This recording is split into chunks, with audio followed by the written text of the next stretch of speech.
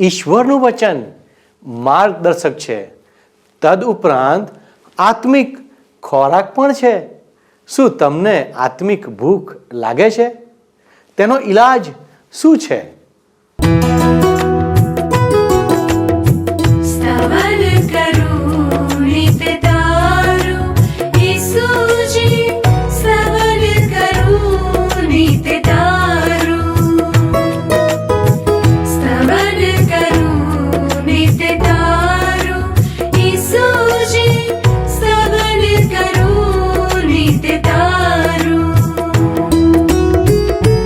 आज सवारे साध सुनी तो महिमा करूं प्रभु तारो, महिमा करूं प्रभु तारो, स्तवन करूं नित्य तारो.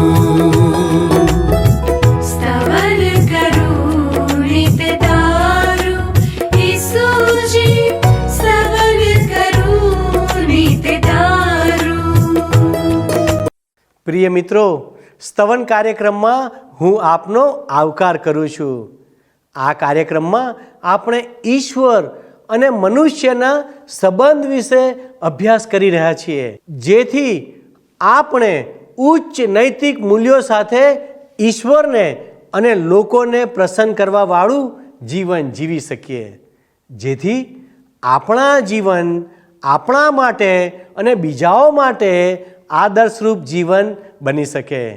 આ કાર્યક્રમમાં આપણે ક્રમબદ્ધ બાઇબલનો અભ્યાસ કરી રહ્યા છીએ, જેમાં આપણે ઈશ્વરનો સ્વભાવ અને મનુષ્યની સમસ્યા ઉપર મનન કરી રહ્યા છીએ.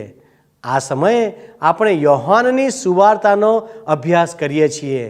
આજે આ અભ્યાસમાં આગળ વધતા આપણે જોઈશું કે પ્રભુ ઈસુ તે સમયના ધાર્મિક આગેવાનો સામે સાક્ષીઓને રજૂ કરે છે. મૂસાની વ્યવસ્થા પ્રમાણે 2 કે 3 સાક્ષીઓનું હોવું જરૂરી હતું. તે અનુસાર પ્રભુ ઈસુ પોતાના સાક્ષીઓને રજૂ કરે છે કે જે આજે પણ આપણા માટે એક તાર્કિક વિષય છે કે પ્રભુ ઈસુ કોણ છે તે આપણે જાણીએ.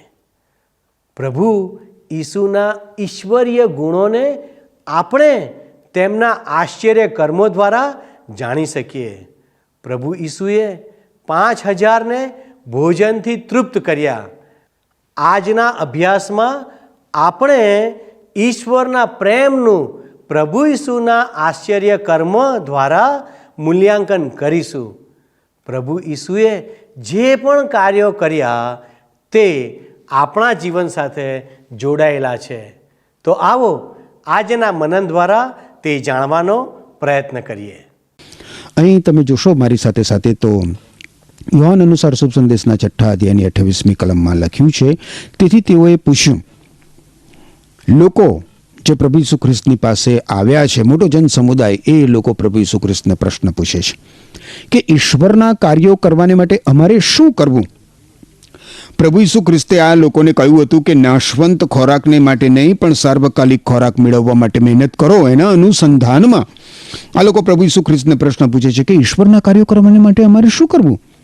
આજે પણ માણસ મિત્ર આવો જ પ્રશ્ન પૂછી રહ્યો છે. મુક્તિ પામવા માટે, પોતાના દુષ્કર્મોના બંધનોમાંથી, પોતાના પાપોની શિક્ષામાંથી ઉદ્ધાર પામવા માટે હું શું કરું? મનુષ્ય પોતાના સુકૃત્યો દ્વારા મુક્તિ અથવા તો ઉદ્ધાર કમાવવા માંગે છે, પરંતુ બાઇબલમાં ઈશ્વર એ જાહેર કરે છે કે તમારા સુકૃત્યો મારી દ્રષ્ટિમાં મેલા ચીથરા સમાન છે. પ્રેષિત પાઉલ પણ એ જ બાબત સ્પષ્ટ કરે છે. એફએસી લોકોને લખેલા પત્રના 2 અધ્યાયની 8મી અને 9મી કલમમાં કે માત્ર ઈશ્વરની કૃપાથી જ ઈસુ ખ્રિસ્ત પરના વિશ્વાસની મારફતે તમારો ઉદ્ધાર થાય છે. એ તમારાથી બનતું નથી, પણ ઈશ્વર એ કરે છે, ને એટલે એમાં બડાઈ કરવા જેવું કાંઈ નથી, કારણ કે એ તમારા પોતાના પ્રયત્નોનું પરિણામ નથી. ઈશ્વરની સાથે સીધા સંબંધમાં આવવા માટે મિત્ર, ઈશ્વરને પ્રાપ્ત કરવા માટે ઈશ્વર પુત્ર પ્રભુ ઈસુ ખ્રિસ્ત પર વિશ્વાસ કરવાની જરૂર હોય છે. એ રીતે જ મિત્ર, એ રીતે જ, માત્ર એ રીતે ઈશ્વરને પ્રાપ્ત કરી શકાય, કારણ કે ત્યારે ઈશ્વર પવિત્ર આત્મા આપણા હૃદયમાં રહેવા આવે છે. 29મી કલમ જુઓ. ઈસુએ જવાબ આપ્યો, ઈશ્વર તો તમારી પાસે આટલું જ માંગે છે, જેને તેમણે મોકલ્યા છે તેમના પર વિશ્વાસ મૂકો. માનવીનો પ્રશ્ન છે કે ઈશ્વરને પ્રાપ્ત કરવા માટે, પોતાનો ઉદ્ધાર પ્રાપ્ત કરવા માટે, ઈશ્વરના કાર્યો કરવા માટે અમારે શું કરવું? અને પ્રભુ ઈસુ ખ્રિસ્તનો ઉત્તર આપતા કહે છે કે જેને ઈશ્વર પિતાએ એટલે કે પ્રભુ ઈસુ ખ્રિસ્તને મોકલ્યા છે, એ ઈસુ ખ્રિસ્ત પર તમે વિશ્વાસ કરો. મનુષ્યનો ઉદ્ધાર કરે છે એના દુષ્કર્મોના બંધનોમાંથી, એના પાપોની શિક્ષામાંથી. ઈસુ ખ્રિસ્તે મિત્ર આપણા ઉદ્ધાર માટે પોતાનો પ્રાણ આપી દીધો છે. આપણે જાતે હવે કશું કરવાનું બાકી રહેતું નથી. આપણા પાપોનો દંડ ભરપાઈ કરવા માટે આપણા વતી પ્રભુ ઈસુ ખ્રિસ્તે ક્રૂસ ઉપર મૃત્યુ સહન કર્યું. અને એટલે આપણે તો માત્ર ઈશ્વર પુત્ર પ્રભુ ઈસુ ખ્રિસ્ત પર વિશ્વાસ કરવાની જરૂર છે. 30મી કલમ જુઓ. તેઓએ જવાબ આપ્યો, તમારા પર વિશ્વાસ મૂકીએ તેની નિશાની તરીકે તમે કયું અદ્ભુત કાર્ય કરી બતાવશો? આ પ્રશ્ન તો માનવ હૃદયની કઠણ વૃત્તિ પ્રગટ કરે છે મિત્ર. ઈશ્વરનું પ્રકટીકરણ પ્રભુ ઈસુ ખ્રિસ્તમાં સ્પષ્ટ રીતે જાહેર કરવામાં આવ્યું છતાં પણ માણસ ઈસુ ખ્રિસ્ત પર વિશ્વાસ મૂકવા માંગતો નથી. 31 થી 33 કલમો જુઓ. અમારા પૂર્વજોએ વેરાન પ્રદેશમાં માનના ખાધું. શાસ્ત્રમાં લખેલું છે તેમ તેમણે તેમને ખાવાને માટે આકાશમાંથી રોટલી આપી. ઈસુએ કહ્યું, હું તમને સાચે જ કહું છું, મોશેએ જે રોટલી તમને આપી તે આકાશમાંથી આવી નહોતી, પરંતુ મારા પિતા તમને આકાશમાંથી ખરેખરી રોટલી આપે છે. ઈશ્વર જે રોટલી આપે છે તે તો આકાશમાંથી આવે છે અને દુનિયાને જીવન બક્ષે છે. આ લોકો હજી પણ માત્ર શારીરિક ખોરાક વિશે વિચારી રહ્યા છે. અને ઈસુ ખ્રિસ્ત અહીંયા અનંત ખોરાક, આત્મિક ખોરાક તરફ એ લોકોનું ધ્યાન દોરે છે. પણ એ લોકો એટલા બધા દુનિયાવી છે કે એમના મન માનસમાં માત્ર સંસાર અને શારીરિક વાનાઓ જ ઘૂમ્યા કરે છે. સાંસારિક માણસ માત્ર સાંસારિક વાતો જ સમજે છે, પણ જે આત્મિક હોય છે મિત્ર, એ બંનેને પારખી જાણે છે. 34મી કલમ જુઓ. તેઓએ માંગણી કરી, પ્રભુ અમને એ જ રોટલી સદા સર્વદા આપતા રહો. આ લોકો હજી પણ મિત્ર શારીરિક કે ભૌતિક ખોરાકનો જ વિચાર કરે છે અને એની માંગણી કરે છે. પ્રભુ ઈસુ ખ્રિસ્ત આત્મિક રોટલીની વાત કરે છે, જ્યારે આ લોકો શારીરિક રોટલીની વાત કરે છે. 35 થી 37 કલમ જોશો. ઈસુએ તમને કહ્યું, જીવનની રોટલી હું છું. જે મારી પાસે આવે તે કદી ભૂખ્યો થશે નહીં, જે મારામાં વિશ્વાસ મૂકે છે તે કદી તરસ્યો થશે નહીં. પણ મેં કહ્યું તેમ તમે મને જોયો હોવા છતાં વિશ્વાસ કરતા નથી. જેઓને મારા પિતાએ મને સોંપ્યા છે તેઓ મારી પાસે આવશે. જે કોઈ મારી પાસે આવે છે તેને હું કદી પણ પાછો કાઢી મૂકીશ નહીં. માનવ જાતની પ્રત્યેક વ્યક્તિની મિત્ર આત્મિક ભૂખ અને તરસ બંનેને તૃપ્ત કરનાર, બંનેને સંતોષનાર માત્ર પ્રભુ ઈસુ ખ્રિસ્ત છે. ઈસુ ખ્રિસ્ત પર વિશ્વાસ કરનારને કેટલી અદ્ભુત ખાતરી પ્રભુ ઈસુ ખ્રિસ્ત આપે છે. જે મારી પાસે આવે તે કદી ભૂખ્યો થશે નહીં, ને મારામાં વિશ્વાસ મૂકે છે તે કદી તરસ્યો થશે નહીં. આવી ખાતરી કોણ આપી શકે મિત્ર? કોણ આપી શકે આવી ખાતરી? માત્ર ઈશ્વર પુત્ર પ્રભુ ઈસુ ખ્રિસ્ત, જગતના ઉદ્ધાર કરતા પ્રભુ ઈસુ ખ્રિસ્ત. કારણ કે ઈસુ ખ્રિસ્તને ઈશ્વર પિતા દ્વારા માનવ જાતની આત્મિક વાસ્તવિક ભૂખ સંતોષવા માટે, આત્મિક વાસ્તવિક તૃષા छिपाવવા માટે આ પૃથ્વી ઉપર મોકલવામાં આવ્યા હતા. 38 થી 40 કલમોમાં લખ્યું છે, કારણ મારી ઈચ્છા પ્રમાણે કરવાને નહીં. પ્રભુ ઈસુ ખ્રિસ્ત લોકોની સાથે વાત કરતા આ પ્રમાણે કહે છે કે મારી ઈચ્છા પ્રમાણે કરવાને નહીં, પણ મને મોકલનારની ઈચ્છા પૂરી કરવા હું આકાશમાંથી ઉતરી આવ્યો છું. મને મોકલનાર મારી પાસે એવી અપેક્ષા રાખે છે કે તેમણે મને જેટલા સોંપ્યા છે તેમાંથી હું એક પણ ન ગુમાવું, પરંતુ હું તેમને છેલ્લે દિવસે સજીવન કરું. જે કોઈ પુત્રને જોઈને તેમના પર વિશ્વાસ મૂકે તે સાર્વકાલિક જીવન પામે, અને હું તેમને અંતિમ દિવસે સજીવન કરું. એ જ પિતા ઈચ્છે છે. ઈશ્વર પિતાની ઈચ્છા છે કે તમે મિત્ર એમની પાસે જાઓ. એ કેટલું બધું અદ્ભુત. ઈસુ ખ્રિસ્ત સ્વર્ગમાંથી નીચે એટલા માટે આવ્યા કે ઈસુ ખ્રિસ્તને ઊંચા કરવામાં આવે. ઈસુ ખ્રિસ્ત આ પૃથ્વી ઉપર ઈશ્વર પિતાની ઈચ્છા પરિપૂર્ણ કરવા આવ્યા, અને ઈશ્વરની ઈચ્છા તો એ છે કે તમે મિત્ર, તમે પ્રભુ ઈસુ ખ્રિસ્ત પર વિશ્વાસ મૂકો, તમારો નવો જન્મ થાય. એ એક જ રસ્તો, એ એક જ ઉપાય છે મિત્ર. માત્ર ઈસુ ખ્રિસ્ત પર વિશ્વાસ કરવા દ્વારા તમારો ઉદ્ધાર તમારા દુષ્કર્મોના બંધનોમાંથી, તમારા પાપોની શિક્ષામાંથી થઈ શકે, અને તમને ઈશ્વર પાસેથી અનંત જીવનની ભેટ મળે. 39મી કલમમાં આપણે વાંચ્યું એ પ્રમાણે પ્રભુ ઈસુ ખ્રિસ્ત આપણા ઉદ્ધારની અને આપણી સાર્વકાલિક સલામતીની કેટલી અદ્ભુત ખાતરી આપે છે. જે કોઈ ઈસુ ખ્રિસ્ત પર વિશ્વાસ રાખે છે તેને સાર્વકાલિક જીવન છે અને છે જ. ઈસુ ખ્રિસ્ત પર વિશ્વાસ રાખનાર વ્યક્તિની સલામતીની જવાબદારી પ્રભુ ઈસુ ખ્રિસ્ત પોતે લે છે અને એ શક્તિમાન છે. ઈસુ ખ્રિસ્ત બચાવનાર છે. આ બચાવ, આ જીવન એ શાશ્વત છે. ઈસુ ખ્રિસ્ત મિત્ર આપણી સાચી અને કાયમી સલામતી છે. ઈસુ ખ્રિસ્ત પર વિશ્વાસ કરનારે કદી જ અસલામતી અનુભવવાની, અવિશ્વાસ લાવવાની જરૂર નથી. 41 અને 42 કલમ શું કહે છે? આકાશમાંથી ઉતરી આવેલી રોટલી હું છું, એમ ઈસુએ કહ્યું એટલે યહૂદીઓ તેમની વિરુદ્ધ ગણગણવા લાગ્યા અને તેઓએ કહ્યું, અરે આ યોસેફનો દીકરો ઈસુ નથી?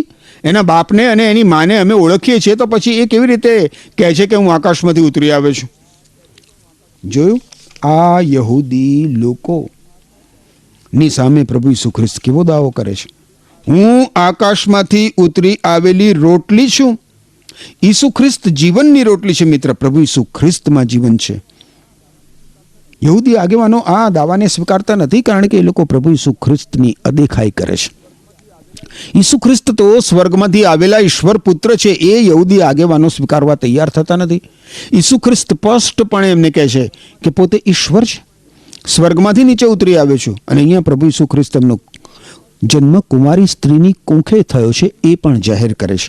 આકાશમાંથી ઉતરી આવેલી રોટલી હું છું. હું ઈશ્વર પિતા દ્વારા પવિત્ર આત્મા વડે એક કુંવારી સ્ત્રીની ઉદરે જન્મ્યો છું. કોઈ સ્ત્રી પુરુષના જાતીય સંસર્ગ દ્વારા પ્રભુ ઈસુ ખ્રિસ્તનો જન્મ થયો નથી મિત્ર.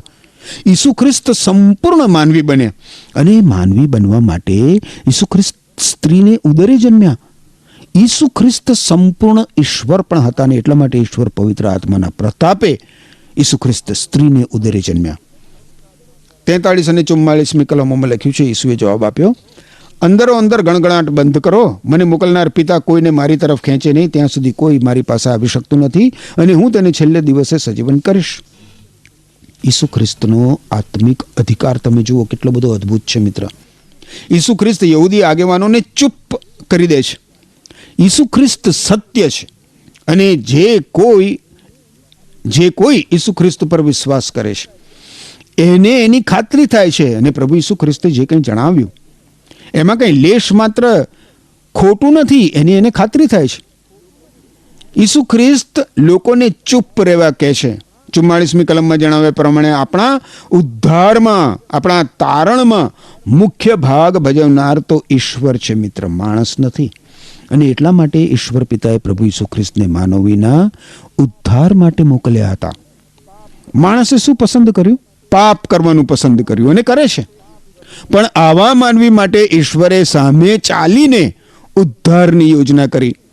આજે ઈશ્વર પવિત્ર આત્મા દ્વારા આપણને સતત પ્રભુ ઈસુ ખ્રિસ્ત પર વિશ્વાસ કરવા માટે વિનંતી કરવામાં આવી રહી છે. જ્યારે આપણે પ્રભુ ઈસુ ખ્રિસ્ત પર વિશ્વાસ કરવાનો નિર્ણય કરીએ છીએ મિત્ર, ત્યારે એ નિર્ણય ઈશ્વરની વિનંતીને મળતો યોગ્ય પ્રતિભાવ હોય છે. તમારા ઉદ્ધાર માટે ઈશ્વર પવિત્ર આત્મા તેમની યોજના વ્યવસ્થા પ્રમાણે તમને સતત વિનંતી કર્યા કરે છે. અને એવા સમયે મિત્ર, એવા સમયે પ્રભુ ઈસુ ખ્રિસ્ત પર વિશ્વાસ કરવો એ અત્યંત ઉત્તમ બાબત છે. 45મી કલમ કહે છે, સંદેશ વાહકોના પુસ્તકોમાં લખેલું છે, બધા માણસો ઈશ્વર તરફથી શિક્ષણ મેળવશે. જે કોઈ પિતાનું સાંભળે છે અને તેમની પાસેથી શીખે છે તે મારી પાસે આવે છે.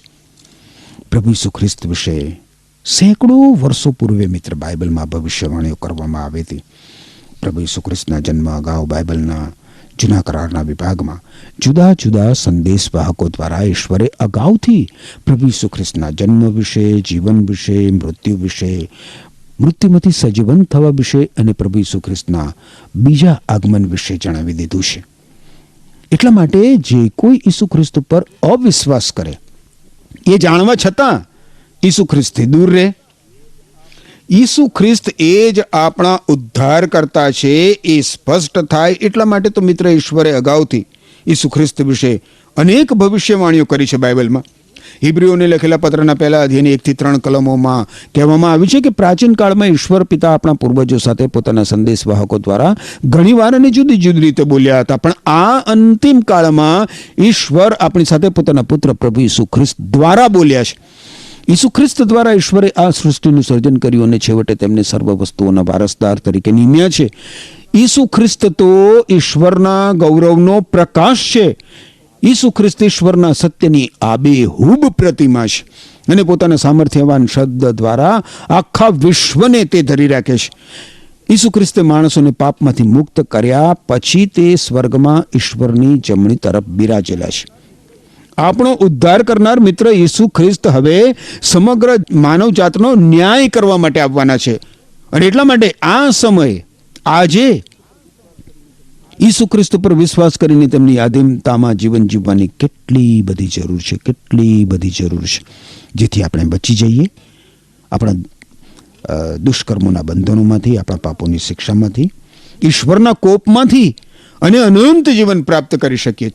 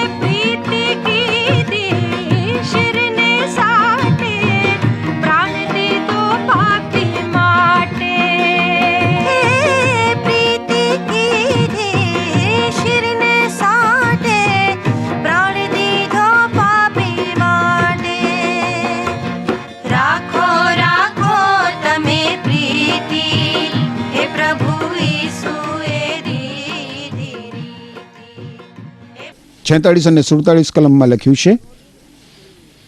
આનો અર્થ એ નથી કે કોઈએ ઈશ્વરને જોયા છે. જે ઈશ્વર પાસેથી આવ્યા છે ફક્ત તેણે જ ઈશ્વરને જોયા છે. હું તમને સાચે જ કહું છું કે જે વિશ્વાસ રાખે છે તેને સાર્વકાલિક જીવન છે.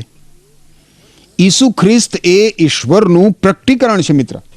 હમણાં જ આપણે હિબ્રુ લોકોને લખેલા પત્રના પહેલા અધ્યાયની 1 થી 3 કલમમાં જોયું કે પ્રભુ ઈસુ ખ્રિસ્ત ઈશ્વરની સત્ય આબેહૂબ પ્રતિમા છે. અને ઈસુ ખ્રિસ્ત વિશે પ્રેષિત યોહાન પણ વારંવાર એ હકીકત જણાવે છે કે કોઈએ ઈશ્વરને કદી જોયા નથી. જે ઈશ્વર જેવા જ છે અને જે ઈશ્વર પિતાની અત્યંત નિકટ છે એકલા તેમણે જ એટલે કે પ્રભુ ઈસુ ખ્રિસ્તે જ મનુષ્ય સમક્ષ ઈશ્વરને પ્રગટ કર્યા છે. યોહાન અનુસાર શુભ સંદેશ 1 અધ્યાય 18મી કલમ. તમે આગળ નવા કરારના વિભાગમાં કોલોસી લોકોને લખેલા પત્રના પહેલા અધ્યાયની 15મી કલમ જુઓ તો ત્યાં પણ કહેવામાં આવ્યું છે કે પ્રભુ ઈસુ ખ્રિસ્ત અદ્રશ્ય ઈશ્વરની પ્રતિમા છે. શું તમે ઈશ્વરને જોવા માંગો છો મિત્ર? ઈશ્વર તમારે જોવા છે, પામવા છે ઈશ્વરને? તો ઈસુ ખ્રિસ્ત પર વિશ્વાસ કરો. તમે ઈશ્વરને તમારા હૃદયમાં એ રીતે પ્રાપ્ત કરી શકશો. તમે ઈશ્વરની સાથે સીધા સંબંધમાં આવી જશો. 48 થી 51 કલમો જોશો. હવે જીવનની રોટલી હું છું. તમારા પૂર્વજોએ વેરાન પ્રદેશમાં માનના ખાધું છતાં તેઓ મરી ગયા, પરંતુ આકાશમાંથી ઉતરી આવેલી રોટલી એવી છે કે જે કોઈ તે ખાય તે મરણ પામે નહીં. આકાશમાંથી આવેલી જીવનની રોટલી હું છું. જે કોઈ આ રોટલી ખાય છે તે સદાકાળ જીવશે. જે રોટલી હું આપું છું તે તો મારું માંસ છે, જે હું દુનિયાના જીવન માટે આપું છું. પ્રભુ ઈસુ ખ્રિસ્ત આ પ્રમાણે કહેશે. હવે આ પૃથ્વી ઉપર પ્રભુ ઈસુ ખ્રિસ્ત આવ્યા, એનો અર્થ શું થયો? શબ્દ સદી થયો, શબ્દ માનવ થયો અને આપણામાં વસ્યો. અને એ કાલવરી નામની જગ્યાએ મારા અને તમારા પાપોનો દંડ ભરપાઈ કરવા માટે પ્રભુ ઈસુ ખ્રિસ્તે પોતાનો માનવી દેહ બલિદાન માટે આપી દીધો. જ્યારે મિત્ર તમે આ બલિદાનના ભાગીદાર બનો છો, જ્યારે તમે તેનો સ્વીકાર કરો છો, ત્યારે તમે ઉદ્ધાર પ્રાપ્ત કરો છો. ઈશ્વરના કોપથી, તમારા પાપોની શિક્ષામાંથી, તમારા દુષ્કર્મના બંધનોમાંથી તમે ઉગરી જાઓ છો. કદાચ તમને આ વિચિત્ર લાગે, જુદું લાગે, એ શક્ય છે, પણ તમારા અને મારા ઉદ્ધાર માટે આ આવશ્યક અને અનિવાર્ય હતું મિત્ર. હવે 52મી કલમ શું કહે છે મિત્ર, એ જુઓ. યોહાન અનુસાર શુભ સંદેશ 6ઠો અધ્યાય 52મી કલમ. આ સાંભળીને યહૂદીઓમાં ગરમા ગરમ ચર્ચા થવા લાગી. આ માણસ પોતાનું માંસ આપણને ખાવા માટે કેવી રીતે આપી શકે? ઈસુ ખ્રિસ્ત જીવનની રોટલી છે. આકાશમાંથી ઉતરી આવેલી રોટલી ઈસુ ખ્રિસ્ત છે. અને આ રોટલીને ખાનાર, આ રોટલી ઉપર વિશ્વાસ કરનાર સદાકાળ જીવશે, અનંતકાળ. ઈસુ ખ્રિસ્તે પોતાનું સ્વાર્પણ, પોતાનું બલિદાન આ દુનિયાને જીવન આપવા માટે કર્યું છે મિત્ર. તમે અને હું જીવીએ એટલા માટે પ્રભુ ઈસુ ખ્રિસ્ત મૃત્યુ પામ્યા. ઈસુ ખ્રિસ્ત પર વિશ્વાસ કરનારને સાર્વકાલિક જીવન મળે છે. ઠીક, તો મિત્ર આપણે યોહાન અનુસાર શુભ સંદેશના 6ઠા અધ્યાયમાં હવે આગળ વધીએ અને 53 થી 58 કલમો જોઈએ. ઈસુએ તમને કહ્યું, હું તમને સાચે જ કહું છું, જો તમે માનવ પુત્રનું માંસ ખાવ નહીં અને તેનું લોહી પીવો નહીં તો તમારામાં જીવન હોઈ શકે જ નહીં. જે મારું માંસ ખાય છે અને મારું લોહી પીવે છે તેને સાર્વકાલિક જીવન છે, અને તેને હું છેલ્લે દિવસે સજીવન કરીશ. કારણ મારું માંસ એ તો સાચો ખોરાક છે અને મારું લોહી તે સાચું પીણું છે. જે કોઈ મારું માંસ ખાય અને મારું લોહી પીવે તે મારામાં જીવે છે અને હું તેનામાં જીવું છું. જીવંત પિતાએ મને મોકલ્યો છે અને તેમના લીધે જ હું જીવું છું. તે જ પ્રમાણે જે મને ખાશે તે મારે લીધે જીવશે. આકાશમાંથી ઉતરેલી રોટલી તમારા પૂર્વજો ખાઈને મરી ગયા તેવી માનના જેવી નથી. જે કોઈ આ રોટલી ખાશે તે સદાકાળ જીવશે. હવે પ્રભુ ઈસુ ખ્રિસ્તે આ જે કંઈ બધું કહ્યું એની સામે એમને પ્રત્યાઘાત મળ્યો. પ્રભુ ઈસુ ખ્રિસ્તે પોતાનું શરીર અને રક્ત ખાવા માટે કે પીવા માટે નહીં, પણ એ ઈસુ ખ્રિસ્ત ઈશ્વરના પુત્ર છે, માનવીના પાપનું નિવારણ કરનાર, માનવીને અનંત જીવન આપવા માટે બલિદાન રૂપ થઈ જવાના છે. એ બાબત આ શબ્દોમાં જાહેર કરે છે. પ્રભુ ઈસુ ખ્રિસ્ત તો એમના મૃત્યુ બાદ સજીવન થઈને પાછા સ્વર્ગમાં જવાના હતા અને ગયા પણ છે. આત્મા જીવાડે છે મિત્ર, શરીરથી કંઈ લાભ થતો નથી. અહીં પ્રભુ ઈસુ ખ્રિસ્તના દેહ વિશે, શરીર વિશે જણાવવામાં આવ્યું નથી.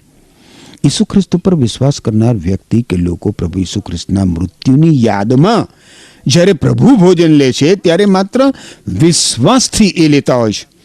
જે પ્યાલામાં દ્રાક્ષાસવ હોય છે એ પ્રભુ ઈસુ ખ્રિસ્તના રક્તના ચિહ્ન તરીકે હોય છે. એ પવિત્ર અને નિર્દોષ રક્ત સમગ્ર માનવજાતના ઉદ્ધાર માટે વહેવડાવવામાં આવ્યું. અને પ્રભુ ભોજનમાં મિત્ર જે રોટલી ખાવા માટે આપવામાં આવે છે એ પણ પ્રભુ ઈસુ ખ્રિસ્તના શરીરના પ્રતીક તરીકે આપવામાં આવે છે.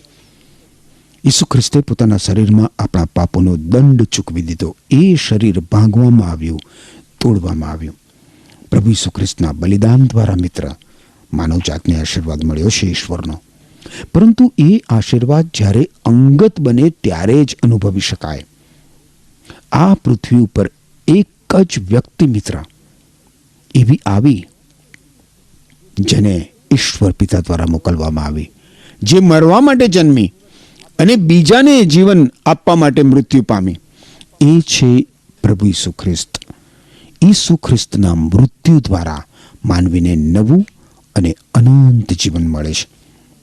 ઈસુ ખ્રિસ્ત એ રોટલી નથી જેને ખાધા બાદ મૃત્યુ થાય, એવી રોટલી નથી. ઈસુ ખ્રિસ્ત શું કહે છે? તમારા પૂર્વજોએ એ માનના રોટલી ખાધી અને મરી ગયા. જે કોઈ આ રોટલી એટલે કે ઈસુ ખ્રિસ્ત રૂપી રોટલી ખાશે તે સદાકાળ જીવશે. સદાકાળ. જે જીવંત છે મિત્ર, એ જ જીવન આપી શકે ને. આદિથી આરંભથી કોણ જીવંત છે અને અનંત સુધી કોણ જીવંત રહી શકે? માત્ર ઈશ્વર જ. ઈસુ ખ્રિસ્ત ઈશ્વર છે અને ઈસુ ખ્રિસ્ત સૃષ્ટિના આરંભથી છે અને અનંતકાળ સુધી રહેવાના છે. આવા ઈશ્વર જે જીવનનું સ્રોત છે તે આપણને મફતમાં મિત્ર વિનામૂલ્યે અનંત જીવન આપવા માંગે છે. અને એટલે મિત્ર, તમારા પાપોની માફી માટે, તમારા અનંત કલ્યાણ માટે ઈસુ ખ્રિસ્તનું શરીર ક્રૂસ ઉપર લટકાવી દેવામાં આવ્યું, રેંસી નાખવામાં આવ્યું. ઈસુ ખ્રિસ્તના શરીરમાંથી રક્તનું છેલ્લું બુંદ નીકળી ગયું અને ત્યારે મિત્ર, તમારા, મારા અને સમગ્ર માનવજાતના પાપનો દંડ ચૂકતે થઈ ગયો, ભરપાઈ થઈ ગયો. ઈસુ ખ્રિસ્તે રાજી ખુશીથી પોતાનું જીવન આપણા માટે અર્પી દીધું. કારણ કે એ વગર આપણને જીવન મળે એવું હતું જ નહીં. કારણ કે પાપનો જે પગાર છે એ મરણ છે. એ મરણમાંથી આપણને છોડાવીને અનંત જીવન આપવા માટે પ્રભુ ઈસુ ખ્રિસ્તે એ મરણ આપણા બદલે ભોગવી લીધું. બાઇબલ કહે છે મિત્ર, રક્ત વેવડાવ્યા વગર, સંપૂર્ણ પવિત્ર નિર્દોષ રક્ત વેવડાવ્યા વગર માનવીના પાપનું નિવારણ શક્ય નથી, નહોતું અને ક્યારેય હશે નહીં. ઈસુ ખ્રિસ્તે એટલે જ મિત્ર પોતાના પવિત્ર રક્તને વેવડાવીને આપણા પાપનો દંડ ભરપાઈ કર્યો છે. હવે તો મિત્ર, તમારે પોતાના હૃદયથી પ્રભુ ઈસુ ખ્રિસ્ત પર વિશ્વાસ કરીને પ્રભુ ઈસુ ખ્રિસ્તને શરણે આવવાની જરૂર છે. એમ કરવા માટે ઈશ્વર તમને કૃપા આપો. આમેન. ઈશ્વર ઉપર કોઈ નિયમ લાગુ પડતો નથી, કારણ કે તે પોતે નિયમના નિર્માતા છે. આખી દુનિયા તેમના નિયમો અનુસાર ચાલે છે. પણ જો કે પ્રભુ ઈસુ મનુષ્ય રૂપમાં આપણી મધ્ય રહ્યા, તેથી તે આપણા અનુસાર સાક્ષીઓને રજૂ કરે છે. પ્રભુ ઈસુ બિન યહૂદીઓને જવાબ આપી રહ્યા નથી, પણ તેમને જવાબ આપી રહ્યા છે કે જેમણે પવિત્ર શાસ્ત્રનો અભ્યાસ કર્યો છે. કારણ કે આ બિન યહૂદી લોકો બાઇબલના પાનાઓમાં પ્રભુ ઈસુને શોધી શક્યા નહીં. આજે પણ ઘણા બધા લોકો છે કે જેઓ બાઇબલનો અભ્યાસ ઈશ્વરને જાણવા કે તેમના ઉપર વિશ્વાસ કરવા માટે કરતા નથી, પણ પોતાના તર્કોને, પોતાના વિચારોને સિદ્ધ કરવા માટે કરે છે. પ્રભુ ઈસુએ જેટલા પણ ચમત્કારો કે ચિહ્નો પ્રદર્શિત કર્યા તે પોતાને પ્રગટ કરવા માટે નથી કર્યા, પરંતુ તે બતાવવા માટે કર્યા કે આપણે ઈશ્વરને જાણીએ અને તેમના ઉપર વિશ્વાસ કરીએ. તે વિશ્વાસ દ્વારા આપણા સંબંધો ઈશ્વરની સાથે મજબૂત કરીએ અને આપણે તેમનો મહિમા કરી શકીએ. ઈશ્વર એ પ્રમાણે કરવા આપને વિશેષ મદદ કરે. આમેન. શું તમને આ કાર્યક્રમ ગમ્યો? અત્યારે જ અમને મિસ કોલ કરો.